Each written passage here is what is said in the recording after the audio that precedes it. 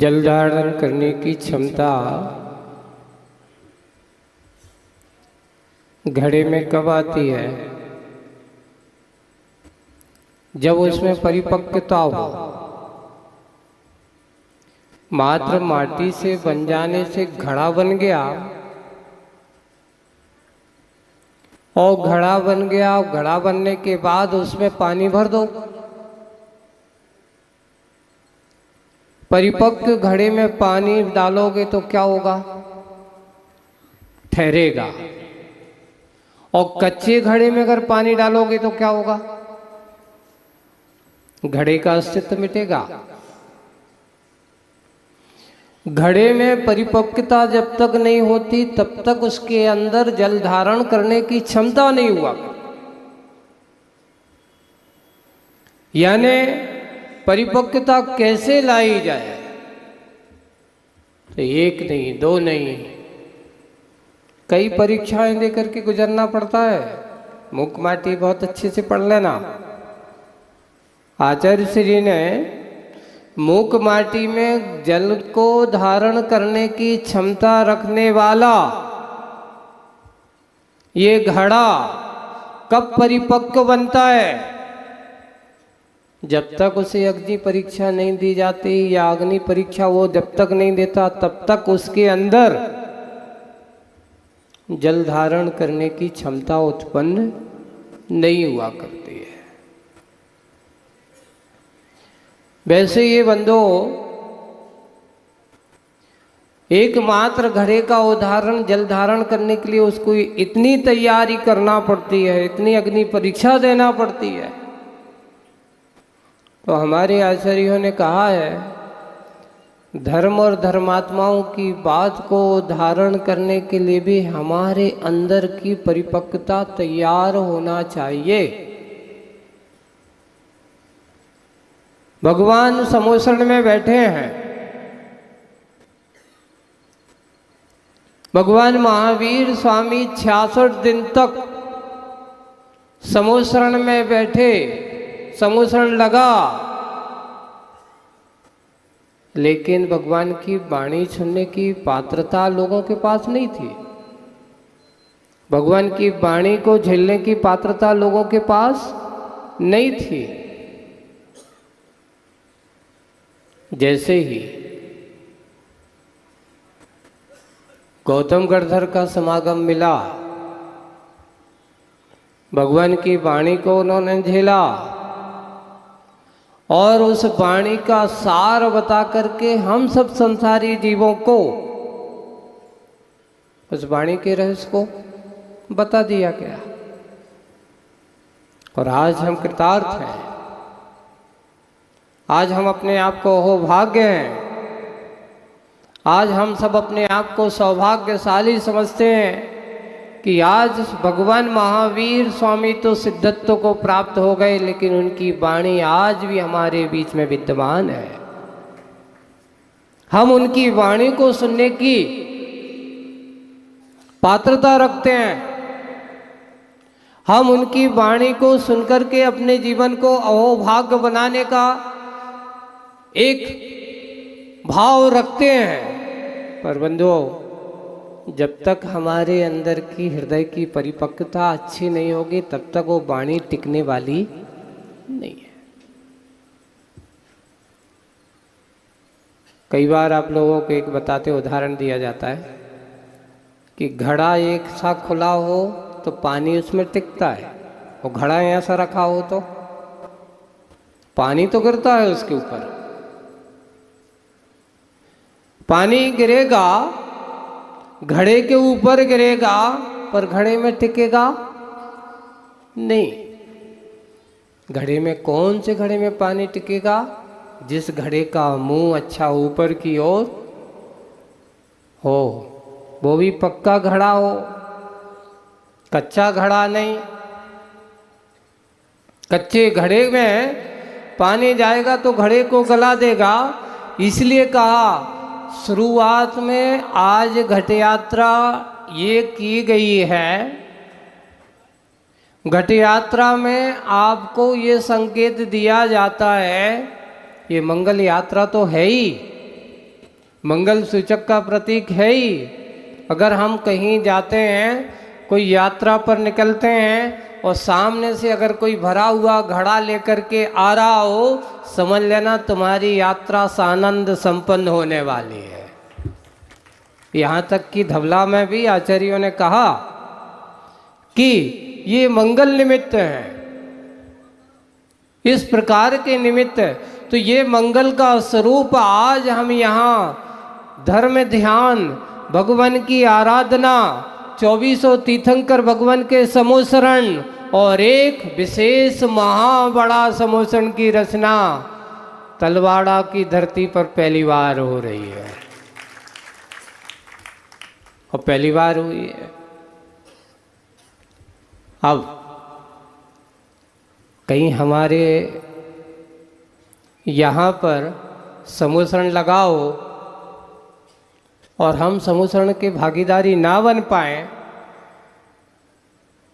तो सोच लेना किसकी गलती मानी जाएगी। तो मैं तो कहूँगा गलती उसके पुण्य की मानी जाएगी। या ये कहो कि जो भगवान के समोसरण में रह कर के भगवान का समोसरण सामने हो और वो भगवान की पूजन में शामिल ना हो पाए, तो हम तो उससे कहेंगे तीव्र पाप कर्म का उदय चल रहा है उसका, जो भगवान की भक्ति करने में पीछे हट पा रहा है। कहीं ना कहीं उसके लिए समस्या हो रही है। कौन सी समस्या है बंधुओं, ध्यान रखना। हमारे लिए कहा है सम्यक दृष्टि जीव,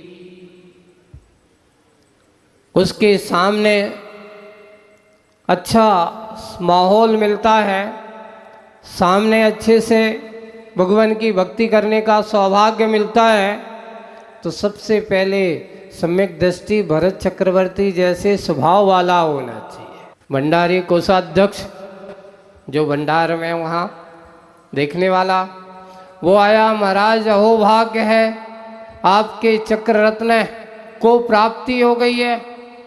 अब आप राजा नहीं, अब तो 6 खंड के क्या बन गए हो, अधिपति बन गए हो, सतखंडाधिपति बन गए हो, चक्रवर्ती पद का वैभव तुम्हें मिल गया है। तीसरा सेवक आता है, भगवान महाराज चक्रवर्ती नहीं, अभी तो भरत महाराज, अहो भाग्य सौभाग्य है कि आज भगवान आदिनाथ को क्या हो गया है, केवल ज्ञान हो गया है। मुनिराज बड़े दिन से 1000 वर्ष की साधना करते करते, पूरा 1000 वर्ष छद्मस्त काल व्यतीत करते करते उनको केवल ज्ञान की प्राप्ति हुई है। भरत चक्रवर्ती ने ये बताओ, काम पुरुषार्थ का फल पुत्र रत्न की प्राप्ति, और धर्म और अर्थ पुरुषार्थ का फल चक्र रत्न की प्राप्ति, और मोक्ष पुरुषार्थ का फल केवल ज्ञान की प्राप्ति। 4 पुरुषार्थ हैं। उन्होंने कौन से पुरुषार्थ का निर्णय पहले किया? कौन सा पुरुषार्थ पहले करना चाहिए? हमारे आचार्यों ने सबसे पहले धर्म पुरुषार्थ को पहले रखा, अर्थ और काम को मध्य में रखा, और मोक्ष को लास्ट में रखा। 4 पुरुषार्थ होते हैं। पुरुष वह जो 4 पुरुषार्थ में तत्पर हो, वही सही पुरुषार्थ माना जाता है। कि जो 4 पुरुषार्थ को करता हुआ अपने जीवन को जीता है, लेकिन उन 4 पुरुषार्थों में सबसे पहला पुरुषार्थ धर्म पुरुषार्थ को दिया है। अगर धर्म पुरुषार्थ को छोड़ करके आप अर्थ और काम की ओर भागोगे तो डूबोगे। हमारा पतन का रास्ता खुलेगा। लेकिन जो पहले धर्म पुरुषार्थ को करता है, उसके बाद अर्थ और काम पुरुषार्थ की ओर दृष्टि रखता है। तो बंधुओं ध्यान रखना, आपका अर्थ पुरुषार्थ और काम पुरुषार्थ का फल दिखाई देगा। और नहीं है, अगर धर्म के माध्यम से तुमने अपनी सत्ता में पुण्य का संचय नहीं किया, पुण्य तुम्हारी सत्ता में नहीं है, कितना पैसा कमा लेना, कितना धन इकट्ठा कर लेना, तुम्हारे लिए वो धन संपत्ति शांति का कारक हो ही नहीं सकती। तुम्हारे लिए वह सुख का कारण हो ही नहीं सकती। आपको अपने सुख की कामना करना है, आपको अपने सुख की भावना करना है, आपको अपने सुख की चाह रखना है, तो एक काम करना, सबसे पहले धर्म पुरुषार्थ की ओर दृष्टि रखना। जिनकी दृष्टि धर्म पुरुषार्थ की ओर होगी वो अर्थ और काम के पीछे भागेगा नहीं। ये 8 दिन है ना, अभी हमारे दिनेश भाई कह रहे थे कि भाई बहुत प्यास है, तो मैं उनसे कहूँगा कि मैं सोचता हूँ आदमी की प्यास बनी रहना चाहिए, संतुष्ट नहीं हो। क्यों? क्योंकि प्यासा रहेगा तो पनघट पर आएगा, कुएं के पास आएगा, पानी के पास आएगा, और एक बार प्यास बुझ जाए तो आदमी क्या होता है, भूल जाता है कि भाई हो गया काम, चलो। तो मैं तो कहा हूँ कि धर्म की प्यास जागृत बनाए रखो, धर्मात्मा की शरण में बने रहोगे। जिस दिन तुम्हारी धर्म की प्यास समाप्त हो जाएगी, धर्मात्माओं के प्रति तुम्हारी आस्था कम हो जाएगी। इसलिए श्रावक को सबसे पहले करना क्या चाहिए, अपने आप को सुबह से उठते ही इच्छा करो, अपने अंदर की चाह रखो, अपने अंदर की भावना बनाओ कि हे भगवान, मुझे दुनिया की चीज मिले या ना मिले, पर आपके चरणों की सेवा, आपके चरणों की भक्ति, आपके मुखारविंद का यह वीतराग स्वरूप मेरी दृष्टि में सदा बना रहे। अगर आपकी यह स्वरूपता, आपके चरण मुझे मिलते रहेंगे, मुझे भरोसा है कि धन संपत्ति तो मेरे अपने आप स्वयं मिलती रहेगी। अब आपके सामने अगर हम डिसीजन कहें, निर्णय करने की क्षमता कहें, तो एक तरफ पे परिग्रह है और दूसरी तरफ परमात्मा है। एक तरफ परिग्रह, दूसरी तरफ परमात्मा, दोनों की राशि एक ही कन्या राशि है ना।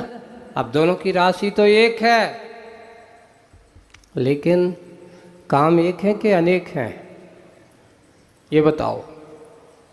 राशि एक है, लेकिन राशि हो एक होने के बाद एक पाप का वर्धक है और एक पुण्य का सागर है।